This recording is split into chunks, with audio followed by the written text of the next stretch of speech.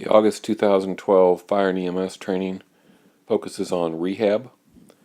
We'll talk about what the purpose of rehab is, why rehab is necessary, and our current practices in this evolving concept of how we're going to handle rehab on the fire district. Leading cause of death for firefighters is heart attack and stroke.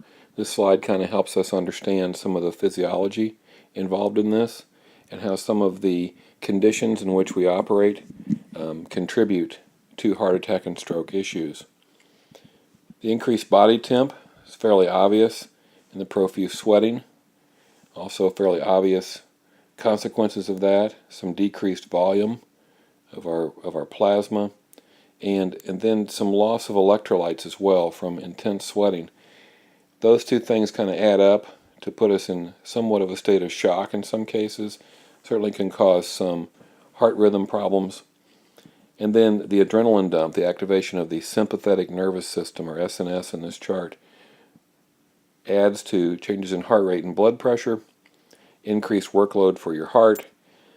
But the big thing that may not be quite as obvious to everyone is this concept of increased viscosity. Your blood becomes thicker, and which tends to lead to clot formation and this situation of plaque disruption, some of the cardiovascular disease that's in place in many, if not most of us, where there is some plaque in our arteries, in our coronary arteries.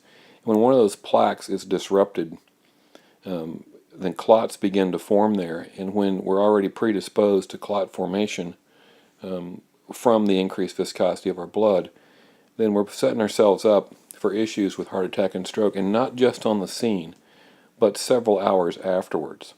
So this is some of the physiology that is involved in the situation where we put ourselves in these conditions, and why rehab is important to try to bring us back more to a baseline and correct these issues.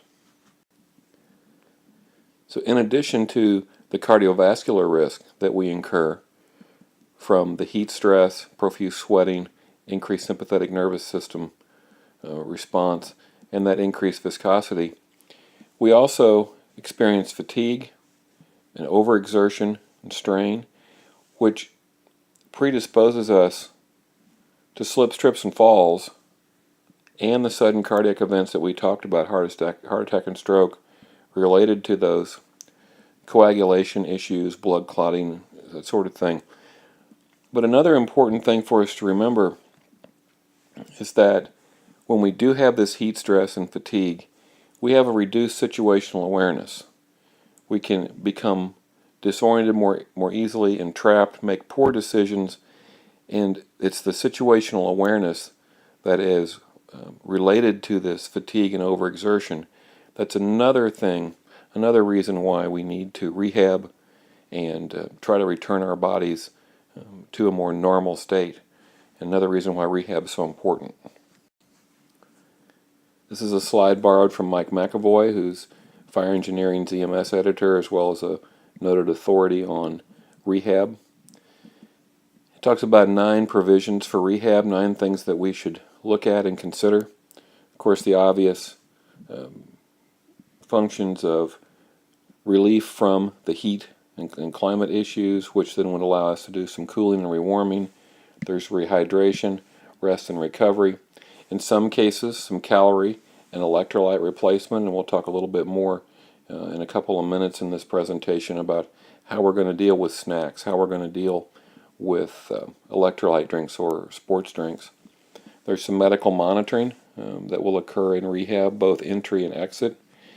And then, of course, there's the ongoing accountability concerns. We'll talk about how we're going to manage that.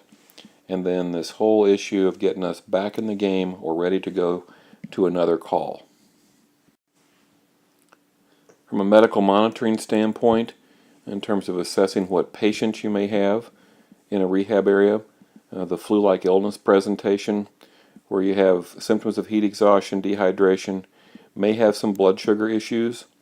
Remember that most of us are marginally hydrated, potentially a little dehydrated to start with when we arrive at a scene, and then if you've had any activity, if you were working out or you had not eaten recently, or were doing other activities, or had just come from another call, you may already be significantly dehydrated and more at risk for issues on that particular call.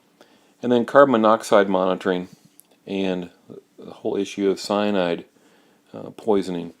If you remember carbon monoxide poisoning, when we talk about that in terms of just a CO exposure in a non-fire situation, those symptoms of weakness, fatigue, headache, some nausea sometimes, those symptoms look very much like a flu-like illness. And so when those things pop up in a rehab situation, we need to be ready for them and looking for them. Of course, dehydration is a big concern. Rehydrating in rehab is important. Prehydration certainly is important. And so here's where we'll talk about sports drinks versus water. And kind of a general rule of thumb that we're going to use is that unless you have just come from heavy exercise and exertion and are a little bit dry to start with, but under normal circumstances, we're figuring 2 bottles of water should be good. And then after you've had 2 bottles of water, probably a bottle of sports drink wouldn't be a bad idea. Some folks like the sports drinks. Some are more likely to drink those than water. Others find them to be very sweet, and you would tend to get less fluid overall than if you were just drinking straight water. But again, kind of a rough rule of thumb, 2 bottles of water, and then probably a bottle of a sports drink. How we're going to supply those on the rehab scenes is kind of an ongoing discussion, but probably some sort of a packet that can be mixed in a bottle of water makes the most sense. That's one of those things that will keep changing, but we do think that rehydration with water, and more water, and then at some point some sports drink does make some sense. So the pulse oximeter that we're going to use on Support 510 and Air 15 and for rehab purposes is a very simple, over-the-counter, FDA-approved but inexpensive pulse oximeter, actually available at Walmart and other fine stores. Very simple to use. You simply put it on your finger and push the button to turn it on. And the device warms up with a little self-check like all devices do, and then produces a reading. So the picture of the actual device in the middle and the link above gives you further information if you need it. However, it's a very simple unit. I've got 2 more pictures on here. The one on the left, a little bit fuzzy, I apologize, but I was trying to show what the reading will be when you're not getting a good strong reading, when it's partially on my finger. And so if you look and you see the heart rate of 67, which may or may not have been a valid reading, but that there's only 1 bar here on the strength indicator, and you compare that to the picture on the right, there's a much stronger strength indicator, and you can see that while the pulse ox reading happens to be the same, it just happens to be that, certainly my pulse rate was really closer to 90 than it was to 67. And when your finger is actually not even in the unit far enough, it will give you an error message that says finger out. But that's pretty intuitive, pretty self-explanatory. It's you also should look at that strength indicator with any of the pulse oxes or those sorts of devices, and that's the case with this one. So it's an accurate unit. It'll work just fine with what we're looking for. For rehab, we're using this for a quick check of heart rate. Temporal scan thermometers are what we're going to use for rehab. These are as accurate as anything we can use in the field setting, approaching the accuracy of a rectal temperature, although probably not quite as accurate, but certainly much more practical. The temporal scan thermometers are easy to use. You take the plastic cover off, place the thermometer in the middle of the forehead, hold the button down, and scan slowly. Take 2 or 3 seconds to scan across the forehead to the temple, and then down behind the ear in what the manufacturer calls the perfume spot. If that makes any sense to anyone, the spot where perfume is applied. This is an area right behind the ear. And we'll have a video to show that. But one of the key things is to remember there's no hurry on this scan. Take 2, 3, 4 seconds.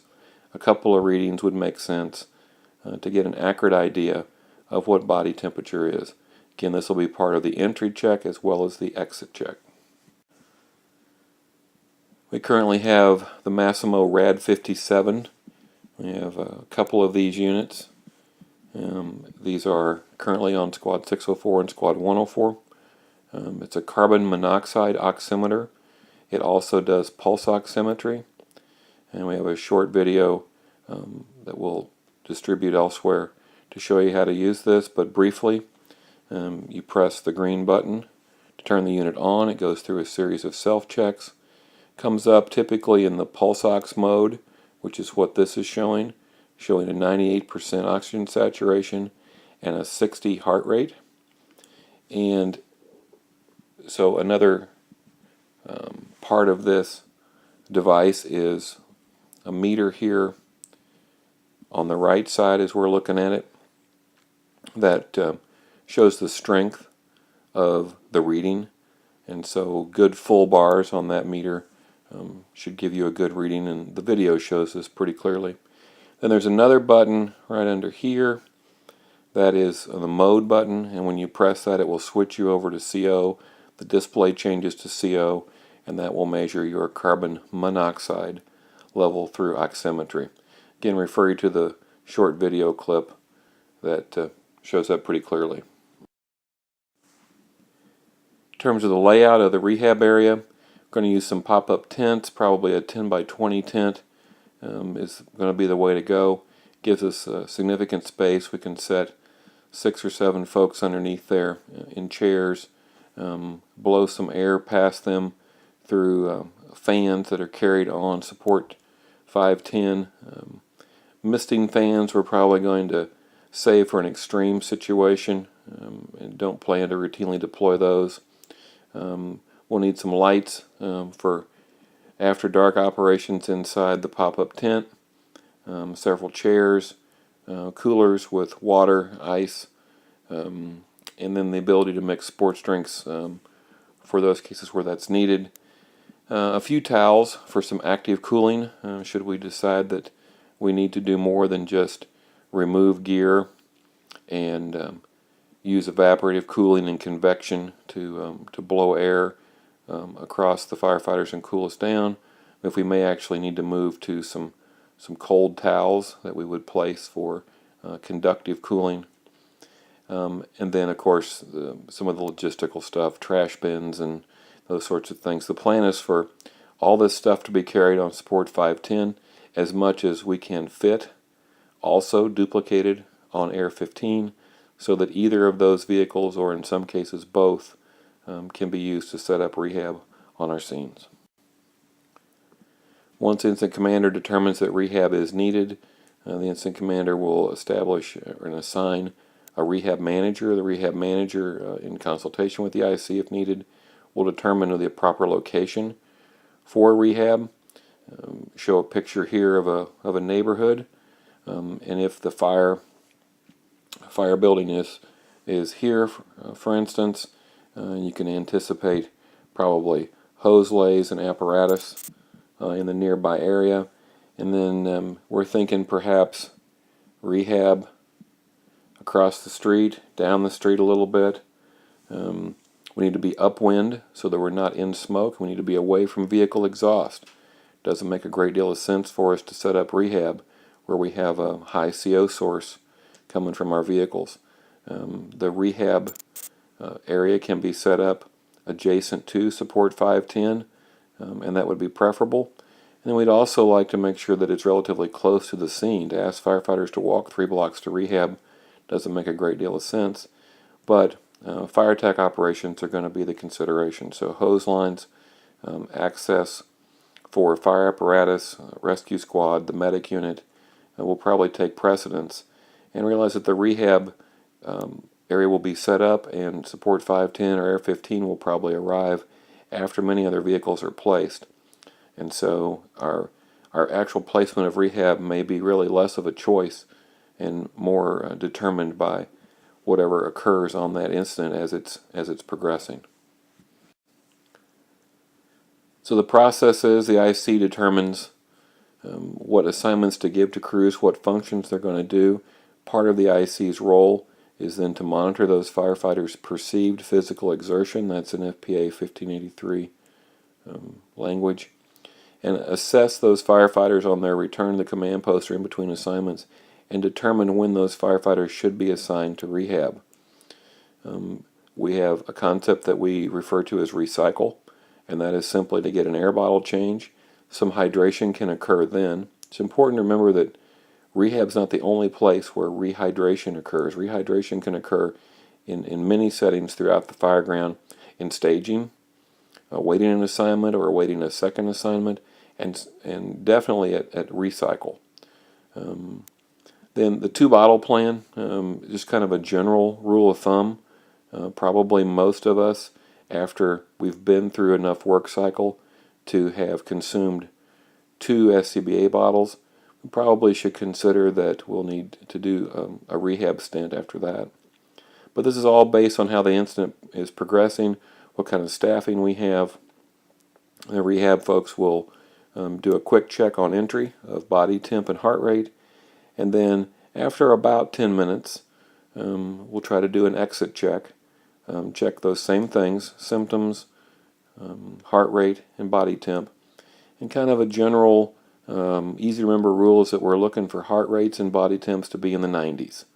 As we are starting to get into this, we're seeing people come into rehab with heart rates in the 130, 140, 150 range, and body temps just over 100. So we'd like to get both of those numbers, both the heart rate and the body temp, back in the 90s, and that should get the person back in action.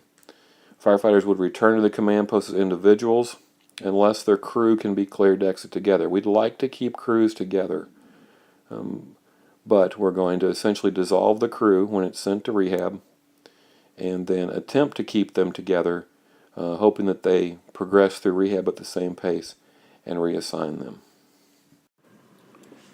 Here's a picture of the clipboard that we're carrying on support 510 at this point, and just a place for us to put helmet tags and to sort folks in terms of their status in rehab. So the current plan is when a crew returns to command or notifies command that their assignment is complete, command may elect to send them to rehab, in which case command's going to retain all their helmet tags on a passport at the command post and place those in a way that the incident commander realizes that those folks are in rehab and not available for assignment.